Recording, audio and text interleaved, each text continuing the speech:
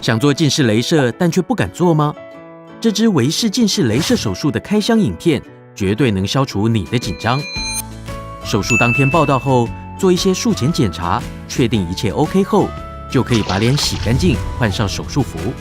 整套手术服包括隔离衣、手术帽和拖鞋，准备进开刀房。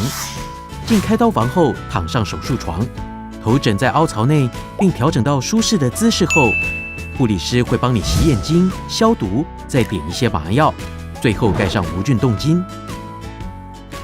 手术从其中一只眼睛开始，医生会先打开要做手术的那边的冻巾，然后装上撑眼器。撑眼器有点像睫毛夹，但它是往外撑，而不是往内夹。除了眯眯眼的人会觉得被撑得有点酸以外，过程完全不会痛。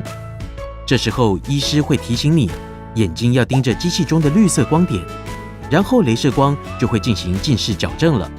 接下来你会开始听到嗡嗡的机器声音和闻到雷射的焦味，莫急莫慌莫害怕，这都是正常的。而且眼睛完全没有感觉，唯一的任务是继续遵照医师的指示，看着那个光就对了。雷射完成后，医师会冲水、点药，放入保护用的隐形眼镜，再移除撑眼器。接着另外一眼也会用相同的步骤再重复一次。整个雷射过程从手术准备到手术完成，总共20到30分钟就大功告成了。结束后到休息室休息15分钟，眼眼药水，让眼睛恢复，再给医生检查一下眼睛，确认状况后再回家。虽然手术后3天内还没恢复，会觉得眼前雾雾的，但多数人7天后视力就会恢复到能应付日常生活喽。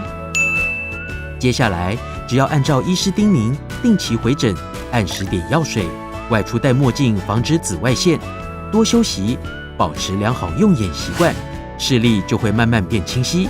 以上就是微视近视雷射手术的流程，你的事就是我的事，微视眼科。